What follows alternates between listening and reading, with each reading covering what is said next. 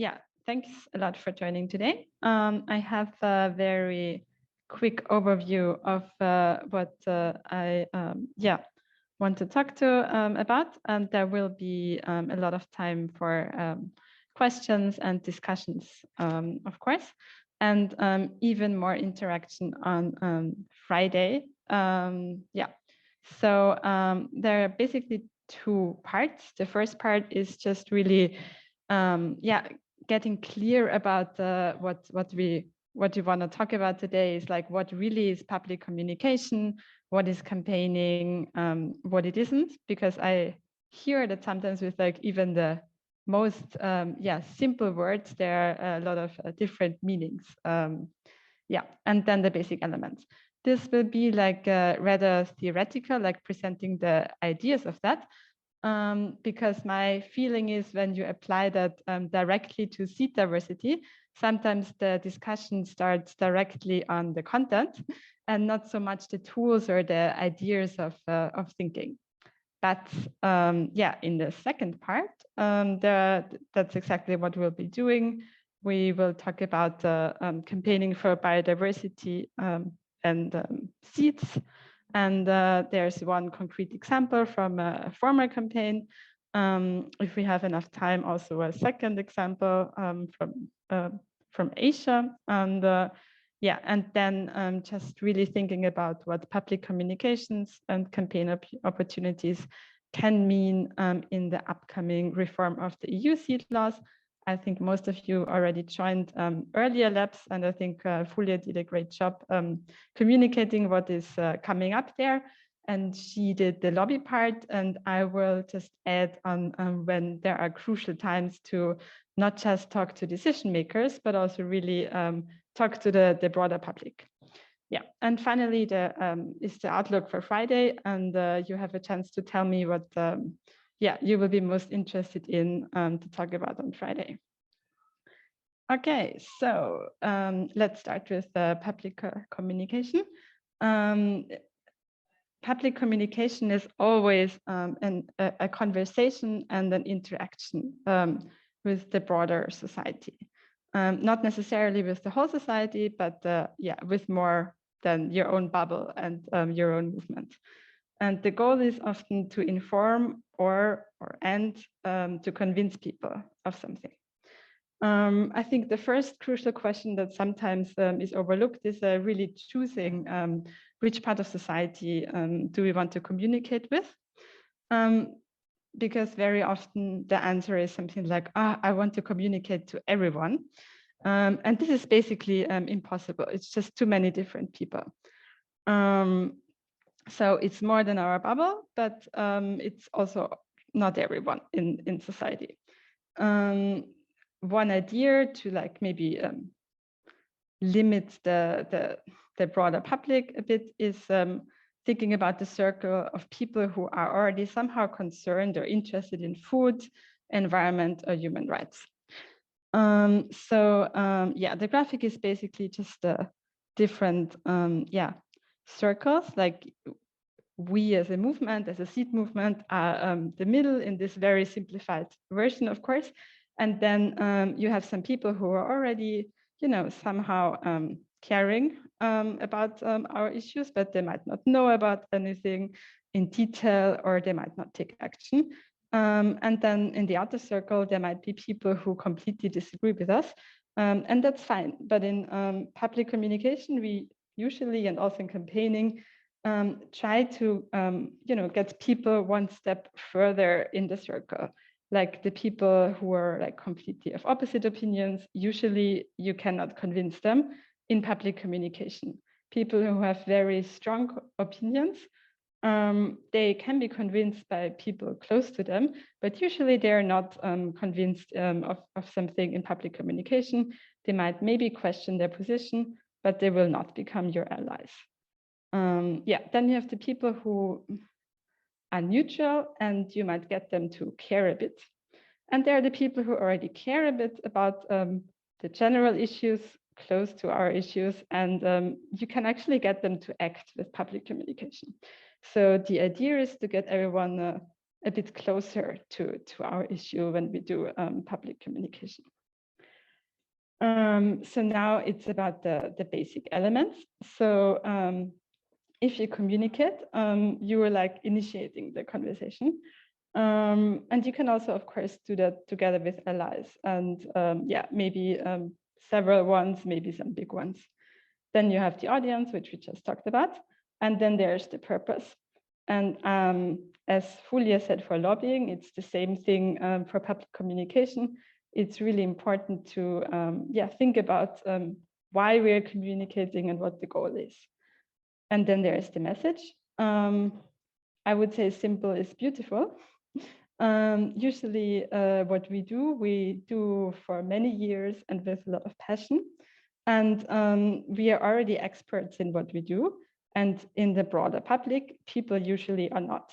And they have to follow a lot of different news. And it's not that they are not interested or like not well informed, but it's just about really catching their attention with a simple message and then telling the whole story. Yeah, and then of course you also have the medium. Whether you communicate in social media or like more traditional media like TV and print and radio. And of course, this also changes how and what you can communicate. And there are also some things that are the same, like stories work really well, telling what you do and what your passion is. And sometimes when people think about political issues, they forget how well they usually tell the story about their work. So this is really my experience. If I listen to some people in the seed movement, that if you ask them what they do, they know like exactly how they conserve seeds, how they like as farmers work on new varieties, how they really care about biodiversity. And then you ask them about policy issues, and they're like, oh no, it's so complex, and I cannot talk about this. And for me, these basic elements of communication, they seem very basic, of course, and you can say, oh, if she writes it like that, of course, there's an initiator and there's an audience. That's maybe it's a bit dumb. But in practice, the initiator, it's you, and you can always tell your story. Like on seed law, a lot of people think they have to be experts and policy experts to say something. And it's simply not true. Like I work on the policy team, and of course, for me, the expectation, if I start public communication, is that I know about policy quite a lot. But if you are just part of the seed movement and you do a lot of other things that I do not do, then it's really enough to think about, okay, there are laws and I feel they like are hindering my work. They work better for the industry. They don't work for me. And we should change that because I do important work. And then you come back to really talking about the work you want to do. And yes, currently I work a lot on patents on seeds. And I can really see that a lot of farmers who are very effective because they want to breed, so not effective, who are very affected by patents, say they're affected, but say it's too complex to say something because they don't even understand if the patents are really relevant to exactly the plants they work with. But already this complexity, it's part of the story. If laws are too complex, that the people who are really affected by them understand them, that's part of the story already. You don't need to be able to answer all questions that come up for an issue. Yeah, and of course, wherever there is communication, you get feedback and it's a conversation. So yeah, when we communicate, we hear feedback, and usually that makes it easier to learn. So on patents, also sometimes you get the feedback that also we communicate in a way that's too complex as Achenoa, and then we take it a step back and really think about the big issues, who like has intellectual property rights for seeds, who has power, what the problem is, and coming back to yeah, the basic story, where there's also a very broad agreement in society. Yeah. Now for campaigning, it's obviously very related to public communication, but it has a very specific goal, which is to motivate. So the idea is that if your campaign is successful, that someone should take action. It can be many people of a movement. It can be essentially one politician or one institution signing a decree or like passing a law. And the idea is that with campaigning, we create social or ecological change. Yeah, so that's much more specific than public communication in general. So since we want to have change, we need a vision. So we need to have an idea what the new normal after the change should be. This is a quote by Chris Rose. And for Friday, I will also have a slide on further resources. But he has a website that's called campaignstrategy.org, which I really recommend. And he writes, if politics is the art of the possible, campaigning is the science and art of changing what is possible. Campaigning lowers the barriers and increases the incentives to take action. I really like this quote because it also shows a bit what is a reaction that I very often hear if it's more about campaign communication. And it is that some people say, oh, that's way too big. That's totally unrealistic. Yeah, I think that's exactly what campaigning is also trying to achieve, to really change what we can think of as part of our future, and to really change what politicians think is realistic.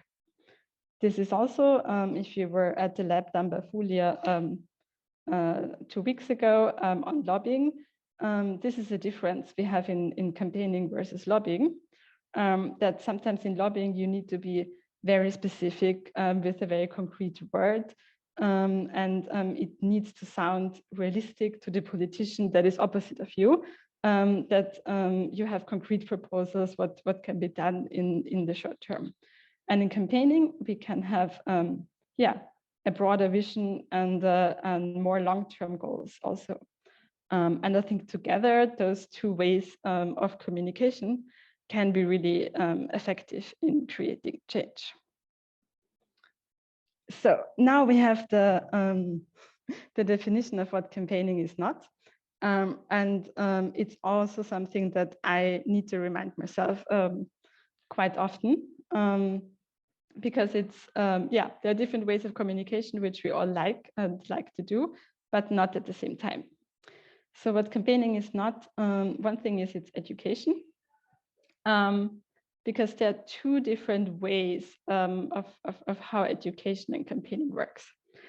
So education usually has the idea to really discover and explore complexity, and to really broaden the topic, to learn more about and to create reflection. And campaigning kind of works the other way around. So you have a very complex and broad problem, and you choose what you want to take action on and what needs to happen. This does not mean we say the whole broad things on the left for campaigning doesn't exist.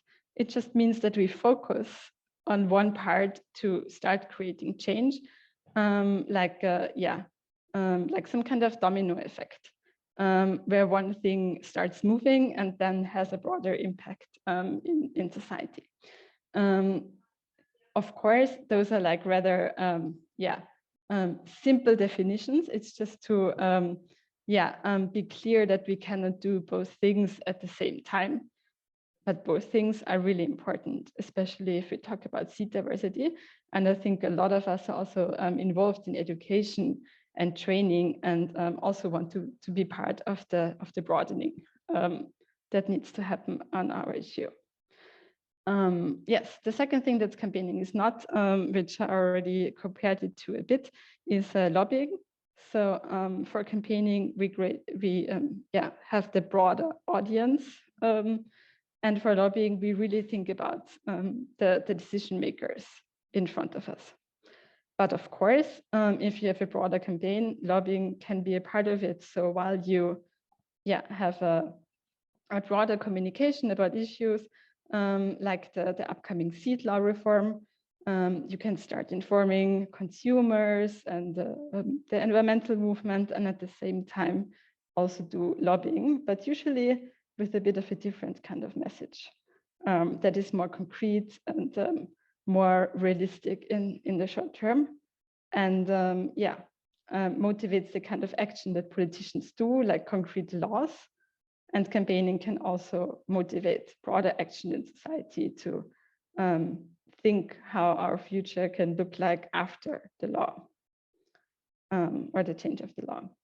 Yeah, and criticism that sometimes comes up, but that's also not the idea is of campaigning, is just creating fears or like superficial messages without any broader vision or analysis.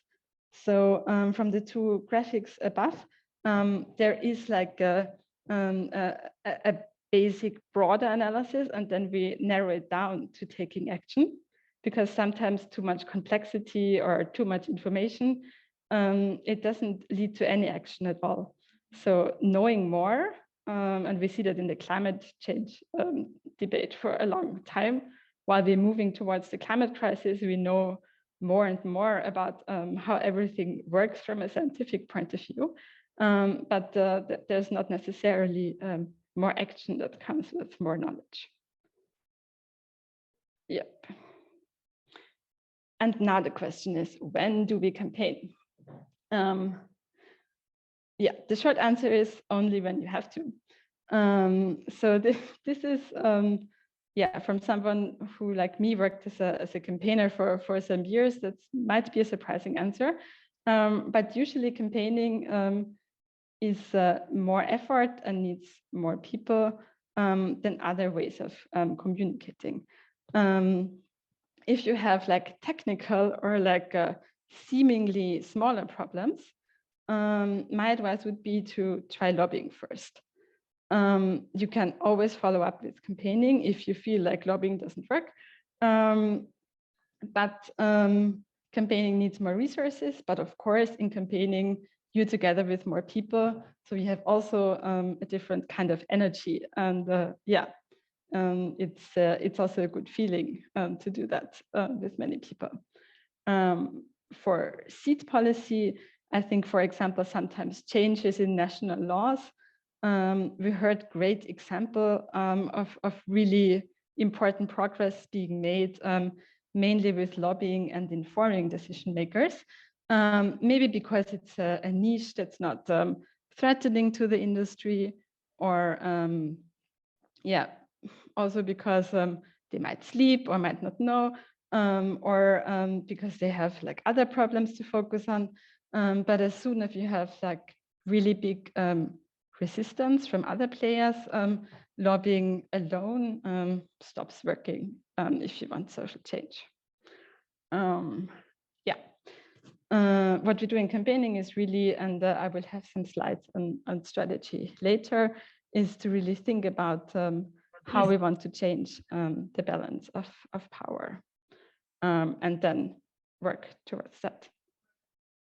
Yeah, and campaigning is always a people power. So if we want to have big changes, we need many people to join us.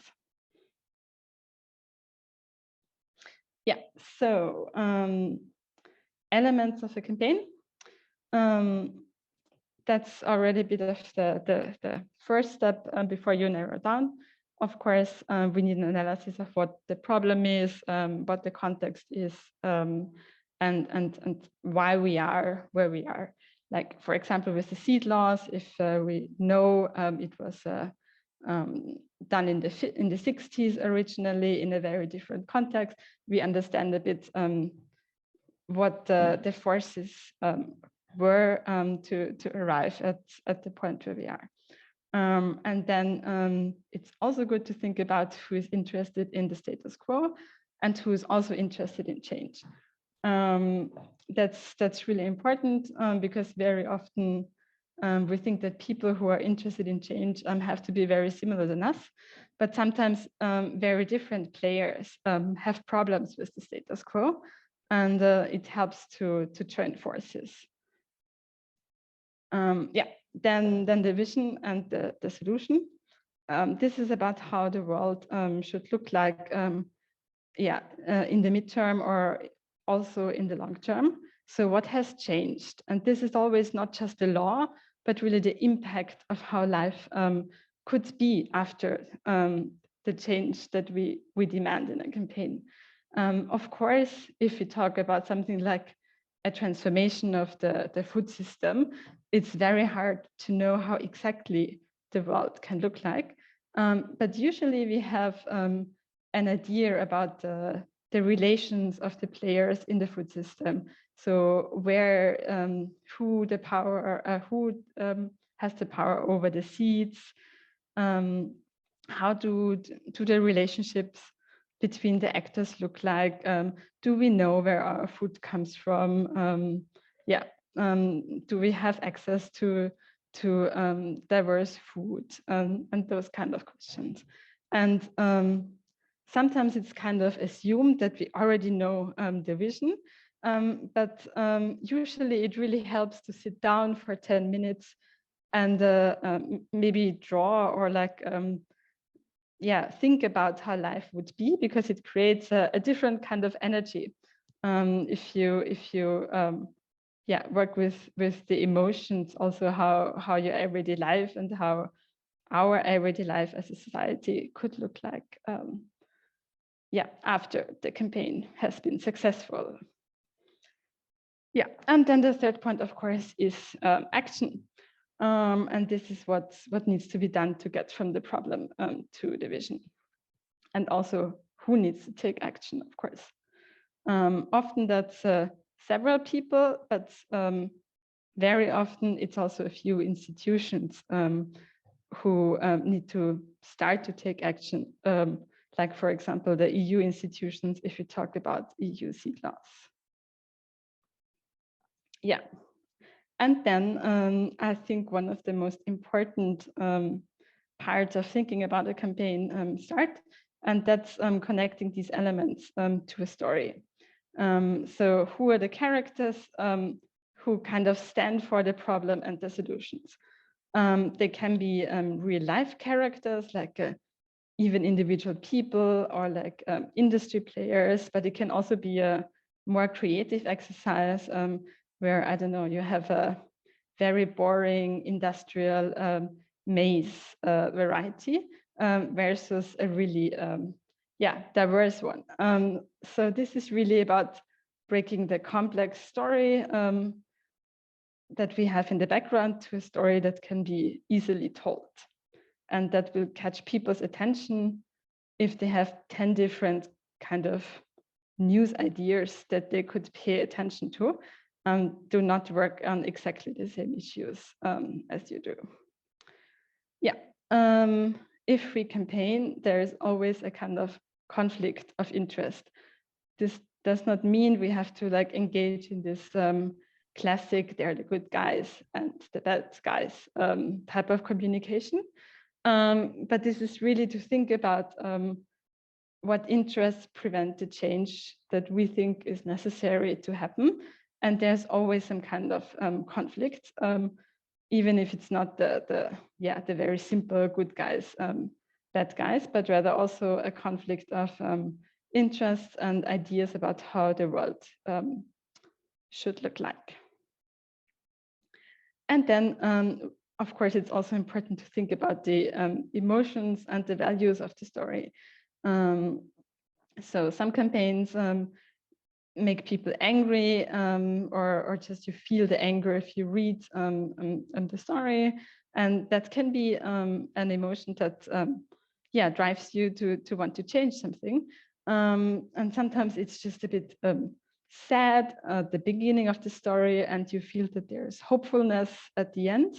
And I think it's important to just realize what emotions come up, and if you just test the story with the people who are not directly working with you, usually you get the emotional reaction. And I think since in campaigning we want to motivate people, it's important that there is some kind of emotion that's not only fear or desperation in a way that does not like spark action, but rather creates a freezing and passive reaction.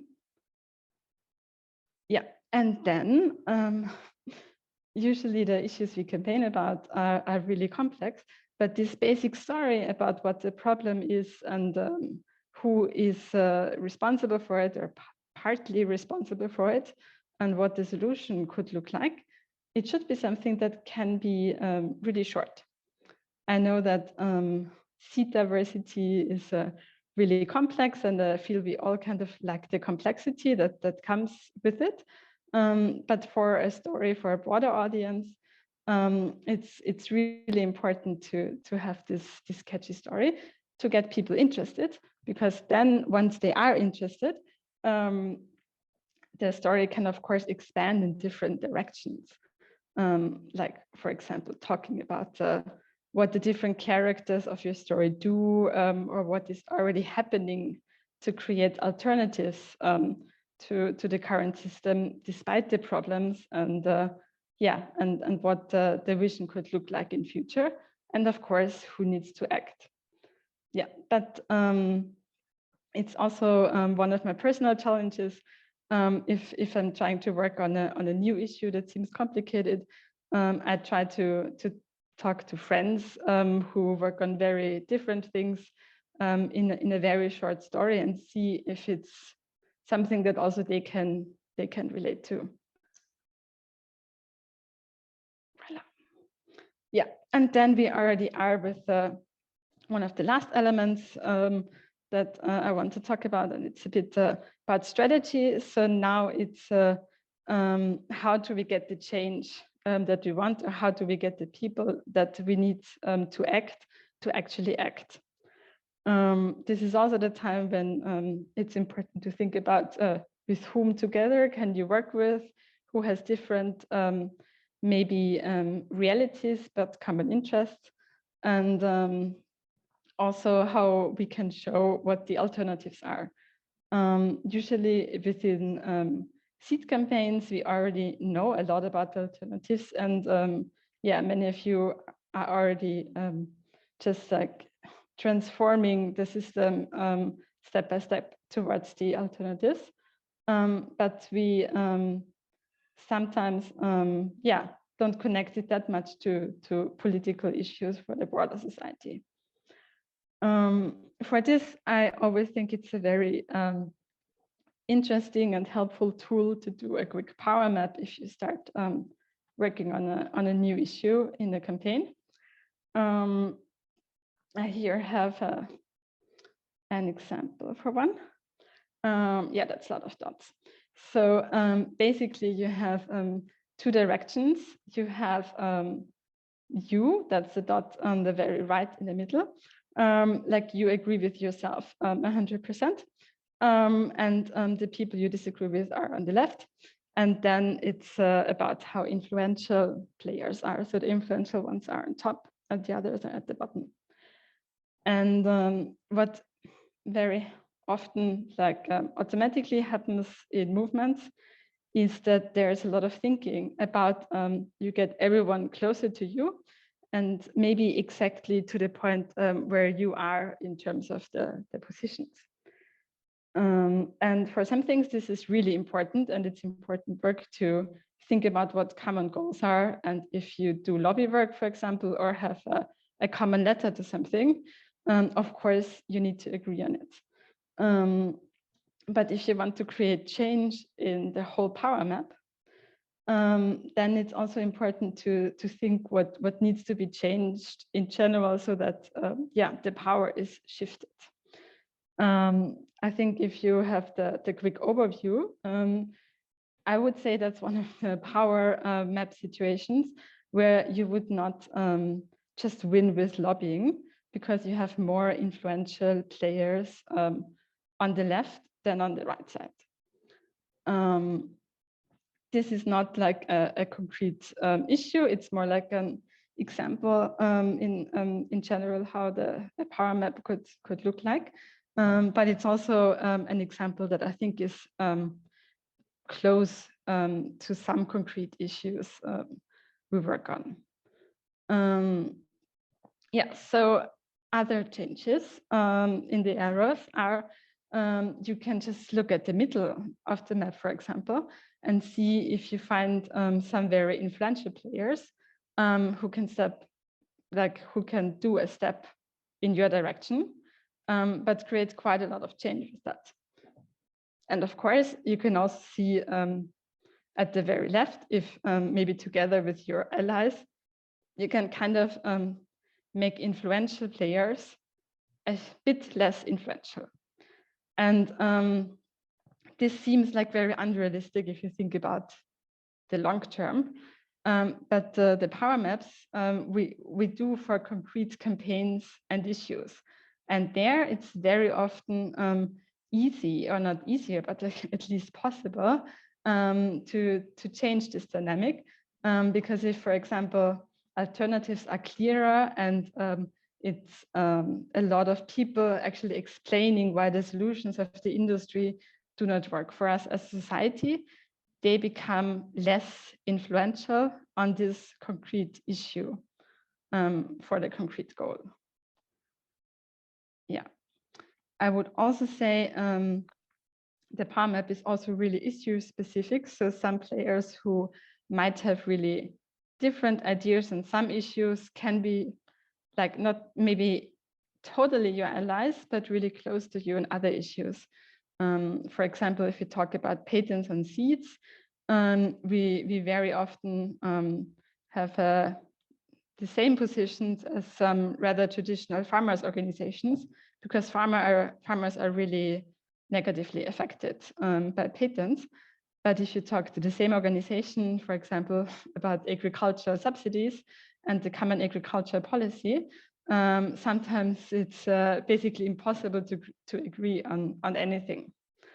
Yeah, so the power map is always issue specific. Yeah, and so the last part, that's very often the fun part, and that's the tactics.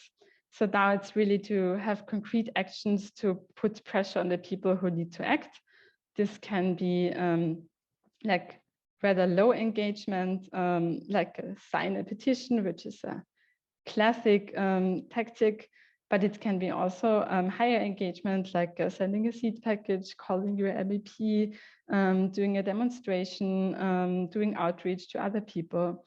And I would say that in general, for higher engagement, you can usually motivate less people, but each individual action has more impact. So if you have 10 people more calling you MEP, it's might be more useful than 1,000 additional signatures on a petition.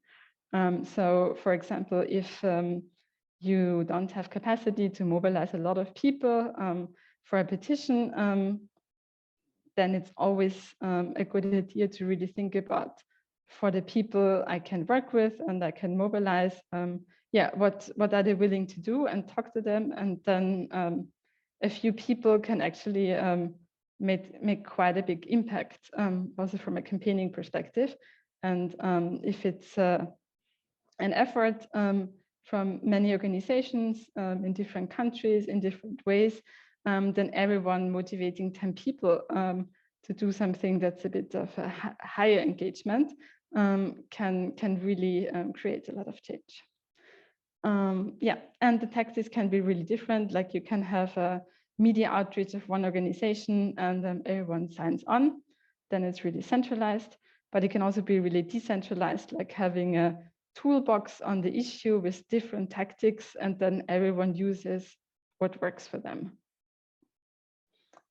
Yeah, and now I think the really important part is that for all these elements, if we sit in a room, also with people like from within the movement, we don't really have a chance to know how the broader public reacts. So I think going out there and trying to tell the story to other people, getting feedback, and then learn from it and then go out there again is really something that is needed. Before my time at Arche Noah, I used to work at Greenpeace for a few years, and there I had a colleague who was a campaigner, and I really liked his approach of going out there in a very pragmatic way. There used to be a very mainstream retailer in the same building, and sometimes if he had a new idea about how to change the energy politics of Austria, he went down there and just talked to people who were just coming out of the supermarket, what they were thinking, what for them the biggest problem was, and if they agreed with his ideas for action. And I think that's, that's one of the ways you can do that. There are the fancy ways of organizing focus groups or testing that big organizations can do. But just, talking to people who are not already on your side or actively on your side is a very nice way to do that. Yeah, and the more people you want to engage, the more you kind of already need to do that as part of the planning to get the different reaction. Yeah, that's the end of the very first part. I think that was a lot of theory and input already. Yeah, that's a good time for questions or comments for that part. Yeah, and thank you, Dagmar, for the presentation. And as you are also panelists, feel free to open the video or writing question. My feeling was that those kind of things looks really simple, but once that you put black on white in front, as you have done in the presentation on going out, speak and ask, or how to set, or how it is the environment, is not so immediate. It's more complex, the topic. I don't know, some have some question.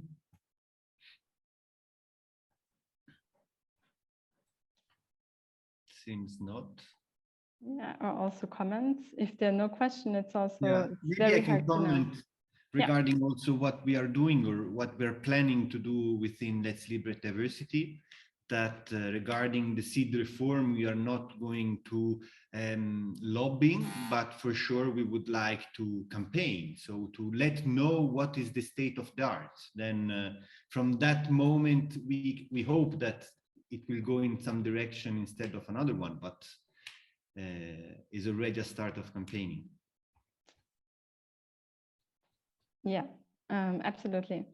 In the last part, I will also have an overview of the timeline to know when it's important to do what. Yeah, if there are no questions for me, another question would be if you all are already really tired and maybe want to have a 5-minute break before the next part of the slide, or if you're all still engaged and listening. Yeah, you can, for example, write in the chat if you want to have a break. Let's do a break of it's 51 at 55 minutes and we start again. Okay, yeah. And then we do the 2 case studies, okay? Yes, thank perfect. You. Okay, thank you. See you in 5 minutes. Yeah.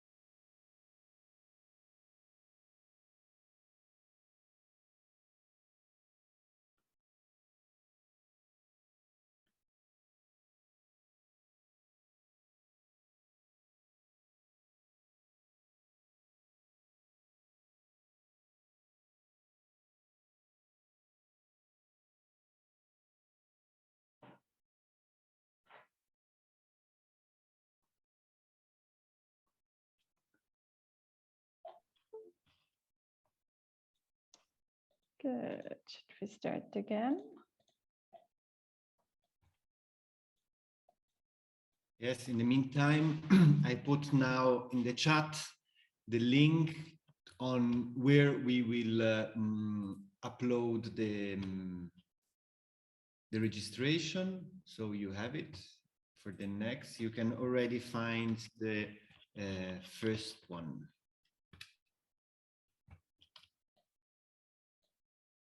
Okay. Now I can't see the chat anymore because I'm presenting again. Okay. Good.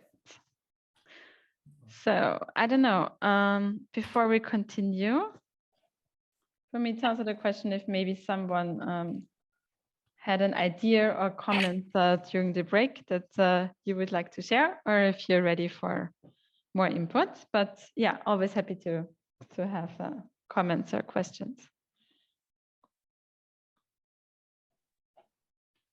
Maybe Dagmar, we continue and yes. then we also do studies. Yes. Oh. Yes.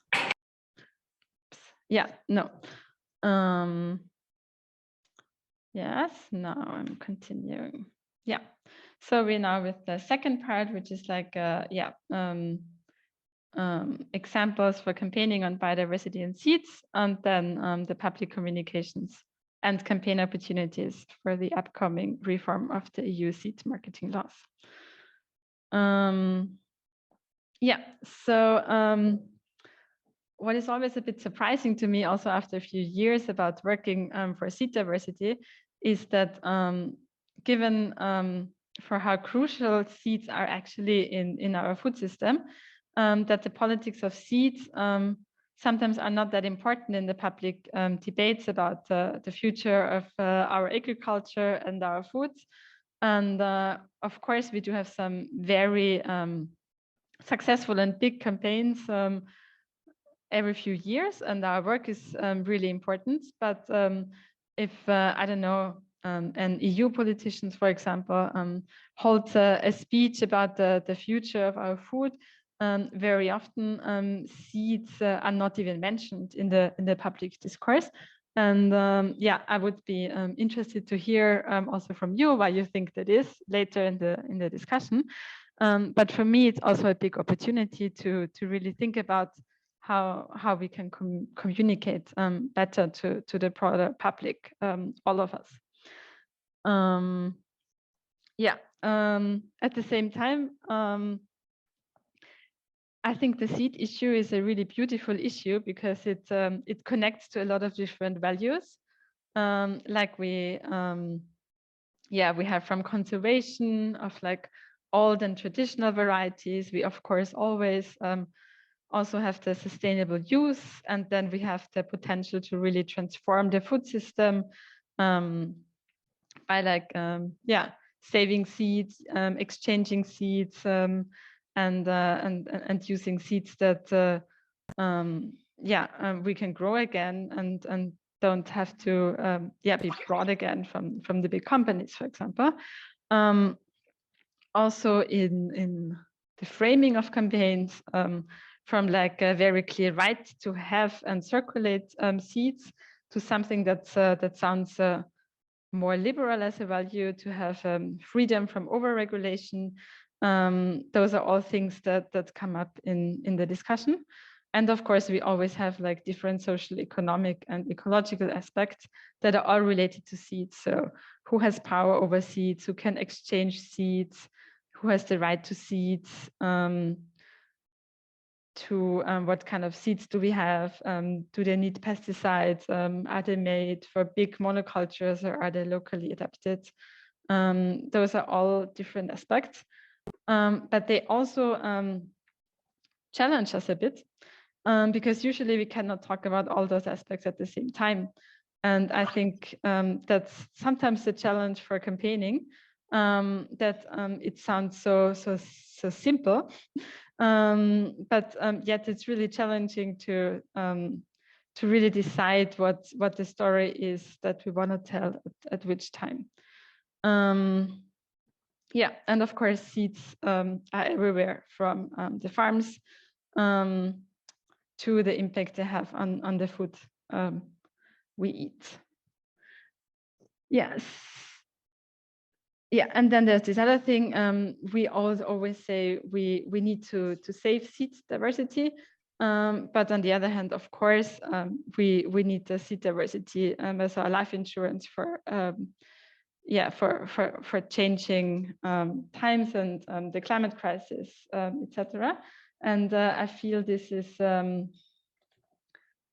also something where we can relate to different people. Some people care a lot about the environment and the biodiversity in general, and others really care a lot, or like have different values, and they're more thinking towards security and their own lives and economic questions. And I think what happens with our seeds really impact all of them. And then we have the next slide. So yeah, now there is like a quick recap of a campaign Achenoa was involved in for the last EU seed law reform. It formally started in 2008 and went until 2015.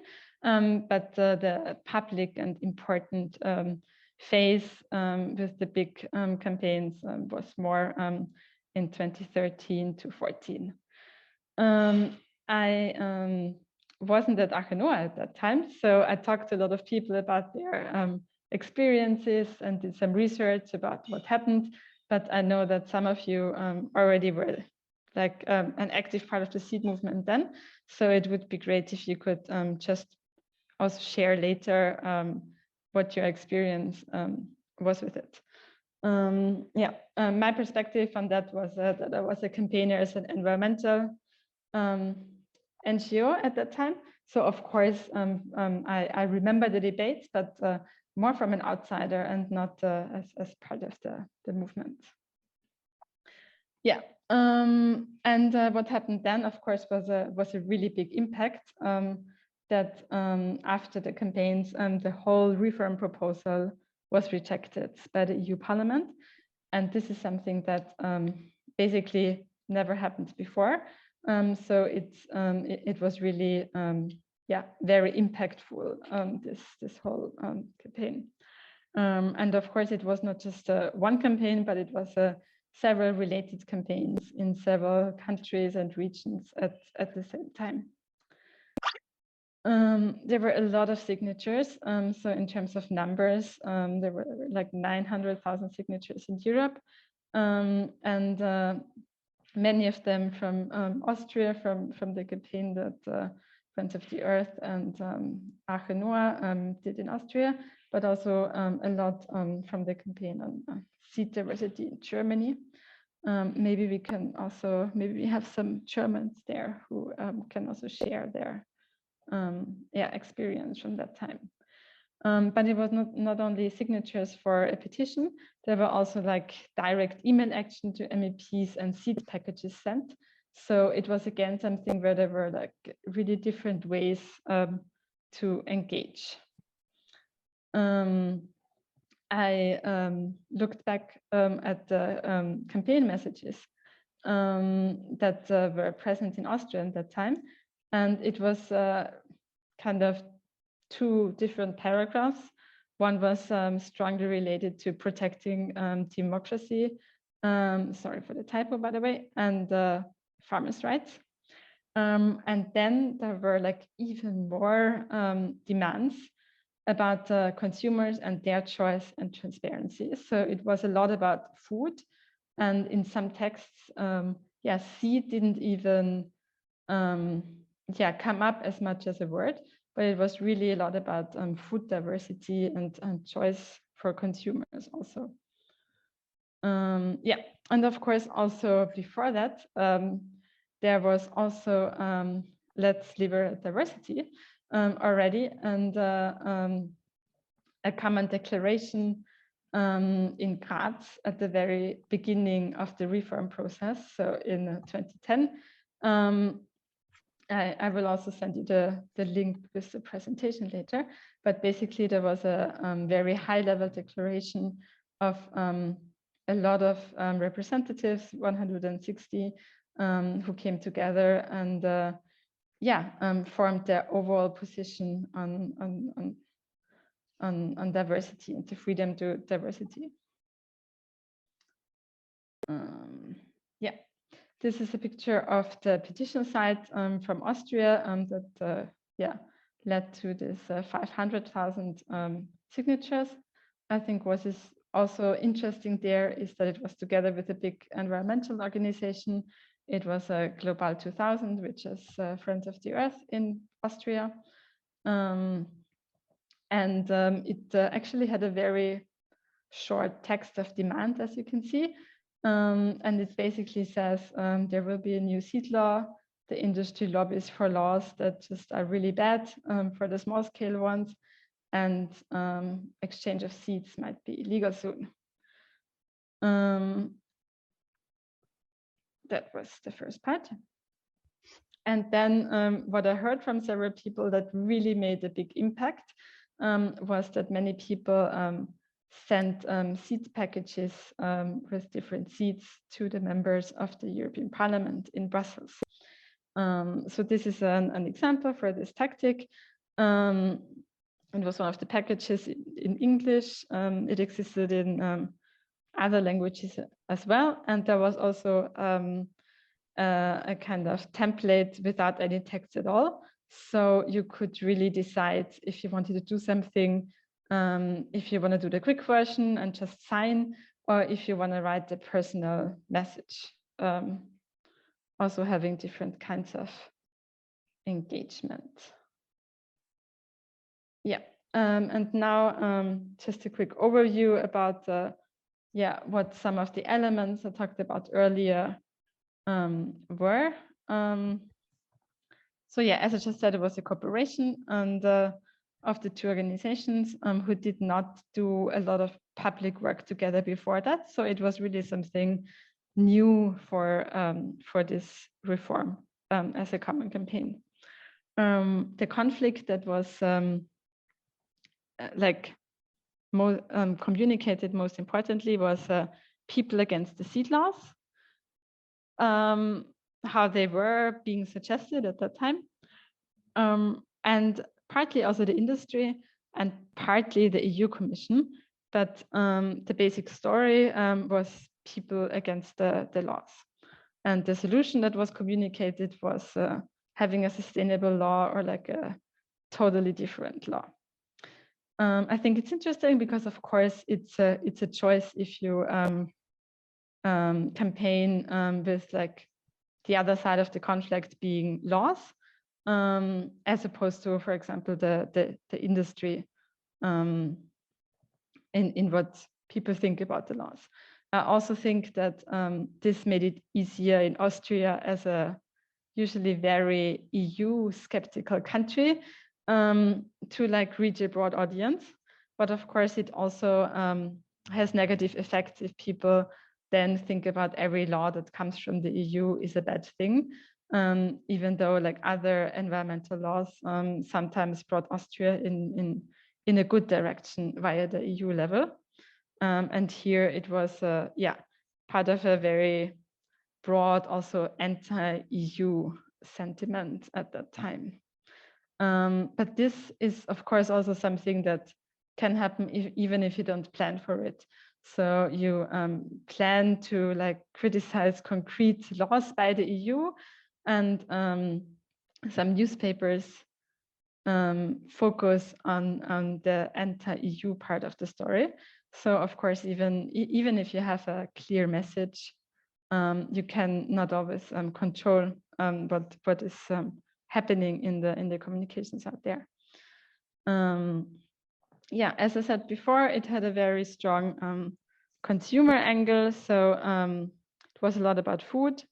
It also had the support from several big retailers, especially one of the very big ones, but also cooks, a comedian, and some well-known farmers.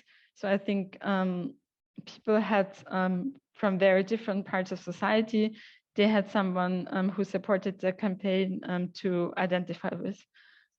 So from the people from the the retailers saying we need the diversity to have food on our shelves, to some cooks who were like more from the, yeah, I would say more expensive and upscale, kind of cooking world, to like a farmer who is really famous for being really grounded and close to just the work as a farmer. There was work on European level, so there was lobbying work. There were also joint letters with a lot of big organizations from the farmers movement, the environmental movement, some consumer organizations, and campaign work in several countries. So it was really a joint effort, even if the concrete demands sometimes did not align 100%, but the basic overall message went in the same direction. There was this mass mobilization for the petition, but there were also some really targeted actions with picture opportunities and conferences in Brussels and at the national level. It also really reach different politicians from different parties. From the Conservatives, the Social Democrats, and the Greens, there were a few really active ones, and also some that usually would not join the movement on seeds in general. But the strong public campaign really showing, okay, this would be a law that only works for the industry and really does not work at all for like more local seeds. Initiatives mobilized a lot of politicians. But of course, also it was really close to the EU elections, and people or like politicians want to be voted again. So it was also a good time to create pressure. And we will talk about the timeline for the next reform process, and it might be a similar situation. So it's really also a window of opportunity to make people interested who usually are not that close to issue. Of course, there were also challenges. Some of the challenges that were there and that still remain is that right now the seed laws in Europe are really different.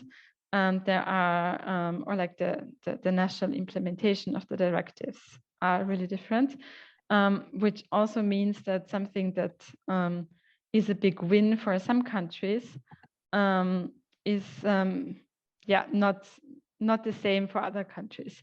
For example, in Austria, we currently have a relatively good situation for seed diversity in terms of the interpretation of the EU laws in our national laws. So there's a lot of things that we can do. So a lot of things that come from EU level would make our situation worse. That at the same time would be a good thing for other countries who have different national situations. For example, in Poland, you cannot even exchange non-registered seeds like legally in the current interpretation. And that's different in Austria. Yes, okay. Yeah, now we would already come to a second example for like public communication on diversity. It comes from a really different context, but it was something that really inspired me when I used to work at Greenpeace. So even if I was not involved at all, I also really wanted to share this idea. It was a campaign and like a real direct action that was called Sprouting from Disaster in the Philippines. The goal was to have a seed response system after natural disasters. So it was from 2005 2014 for a few years, where there were like several natural disasters that destroyed plants already planted. It was a typhoon, it was droughts in different parts of the Philippines. And there was a whole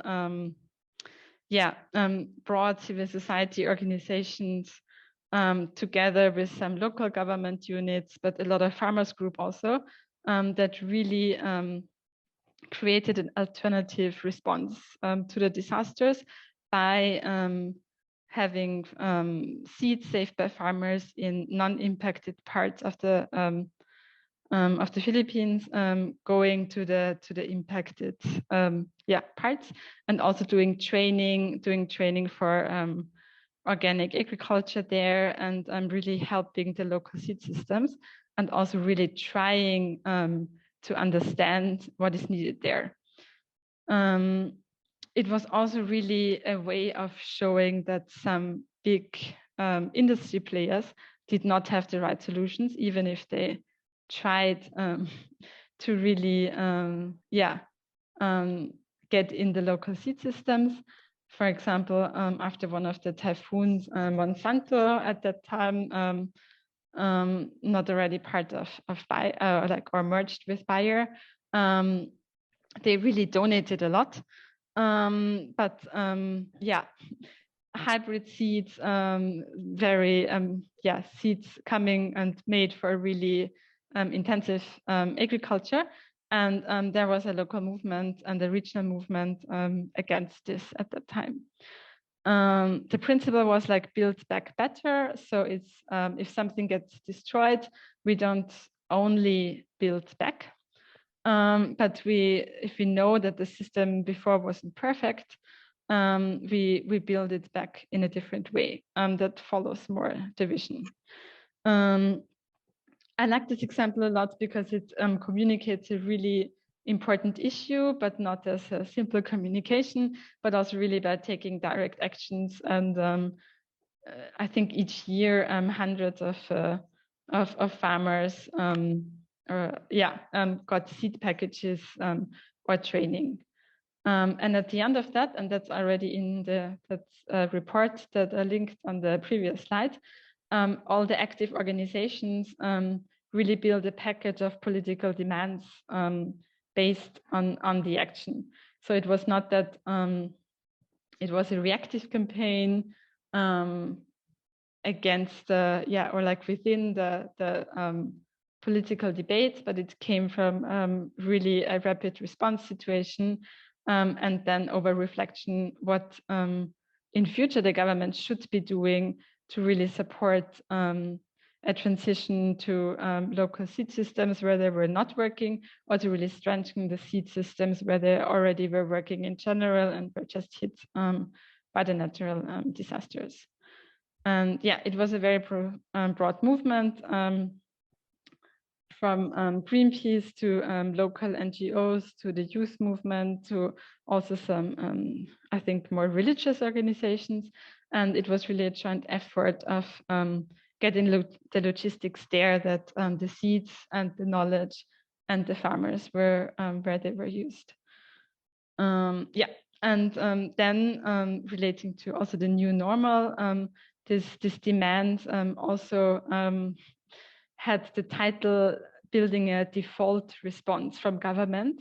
So really saying that what we were doing in exceptional circumstances and against the ideas of big multinational companies as a local effort, this should be the response from the government in future, as we know that unfortunately there will be more extreme weather events in future due to climate change. Those were the